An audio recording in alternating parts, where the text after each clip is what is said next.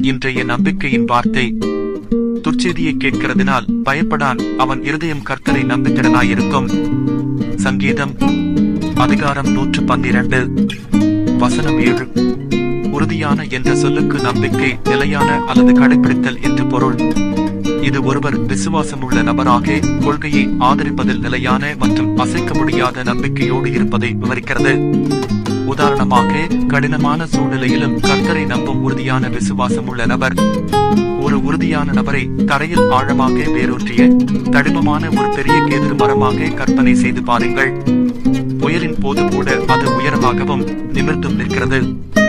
மரத்தின் கிளைகள் நெகிழ்வான மற்றும் திடமானவை, மேலும் காற்று மற்றும் மழையை தாங்கும். உறுதியான மனிதன் இந்த கேதுரு மரத்தை போன்றவன்.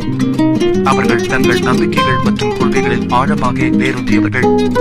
அப்போஸ்தலர் புத்தகத்தில் பவுலும் சீலாவும் சுவிசேஷத்தை பிரசங்கித்ததற்காக கைது செய்யப்பட்டு அடைக்கப்பட்டதாக வாசிக்கிறோம். அவர்கள் சிறைச்சாலையில் அடைக்கப்பட்டனர்.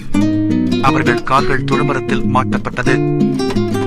ஆனாலும் நடுராத்திரியிலே பவுலும் சீலாவும் ஜெபம் பண்ணி தேவனை துதித்து பாடினார்கள். மற்ற கைதிகள் அவர்கள் சொல்வதை கவனித்து கேட்டுக் கொண்டிருந்தனர். பவுலும் சவுலும் இயேசுவின் மீதுள்ள அன்பிலும் விசுவாசத்திலும் எவ்வளவு உறுதியாக இருந்தார்கள் என்பதை இந்த சம்பவம் காட்டுகிறது. கர்த்தராகிய இயேசுவில் நீங்கள் எவ்வளவு உறுதியாக இருக்கிறீர்கள்?